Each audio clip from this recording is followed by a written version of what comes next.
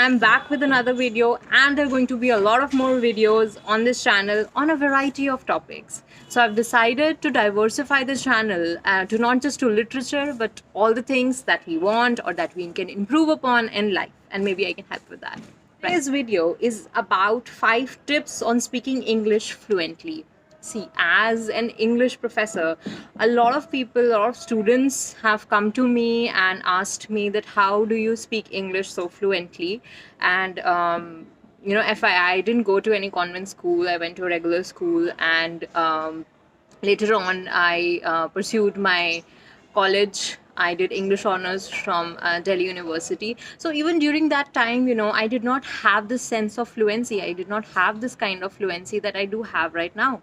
But so one thing that we all can learn from that is that it takes time. Okay, it builds with time. Nobody is born with it. At least people who are not native English speakers, we in India, where English is a second language, right? And many people in India don't have access to convent schools or public, high public schools like that. But again, it is a fact that English is a global language, and our lives become much easier when we are well versed with it. And the societal structure is so that you feel more confident once you can speak English fluently, right? So there's no right or wrong in that. We can all work upon that skill, and that skill can be cultivated over time, right? So before much ado, now let's get into the video right away. So number 1 is think in English. I know it sounds cliche, it sounds difficult, maybe impossible for some of you would say that how do you think in English and what's the deal about it, right? So let me tell you. See, the hesitancy that you find right now is because you translate. You form a sentence in Hindi and then you translate it into English. That time gap, yeah, that's not serving your confidence. So why not think in English, and you can start slowly. Maybe you can, become aware right now of what are you thinking. Try to stimulate thinking in English. You don't have to, translate it. Get over that habit of translation. Again, this won't happen overnight. It is a gradual process, I know, but it is possible. And once it's possible, you know that you'll be fluent in English because that time gap will not be there, right? So think in English, set a goal to today to at least think, for example, 10 times in English. I'm asking you, when that thought originates in your mind to think in English, I've got to get some water. I've got to drink some water, right? So that time gap should not be there. When somebody asks you about something, you're thinking in English, you don't have to translate it, right? So think in English, think at least 20 times or 10 times in English today. Set a goal and let me know in the comments below how you did on it. Number 2, watch English movies and songs. How did we learn Hindi? We were surrounded by Hindi advertisements, serials, movies, right? The iconic dialogues of Sholay, all of us remember that. So, no language can be learned outside of its cultural context. If we see, it's very easier to learn English if you watch English movies, if you listen to English songs, right? So, while I'll tell you my story, for the first time that I watched Harry Potter, I could not understand it. So I asked my aunt to literally translate every dialogue. I was very hooked up. I was interested in the movie, in the plot, what was happening. I wanted to know everything. But as a child, I could not understand English. Okay, I had not been brought up in an environment, which is again common for all of us, in an English-speaking environment, so to say, right? So she translated each and every dialogue. She was kind enough to do that.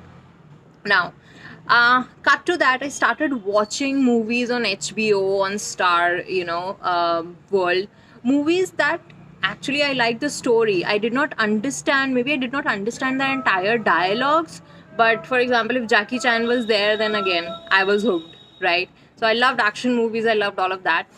So when you watch English movies or when you listen to English songs, what happens?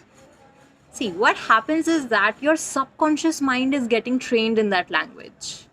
Okay. For example, you see, if you have a Hindi favorite song, sometimes it plays in your head over and over again. You even try to stop it. This happens especially during exams. Okay, when you're trying to not think so much about that song and that just won't stop playing. right? What is that? That is subconscious programming. So if you watch English movies, if you listen to English songs, and trust me, I know you might not be able to understand them due to the heavy accent, especially initially, but don't lose interest. Really, just don't lose interest while going to work, while going to college. Just all you have to do is put on some headphones and put on some good English songs. Okay, don't start with Eminem though; it will be hard. Number three.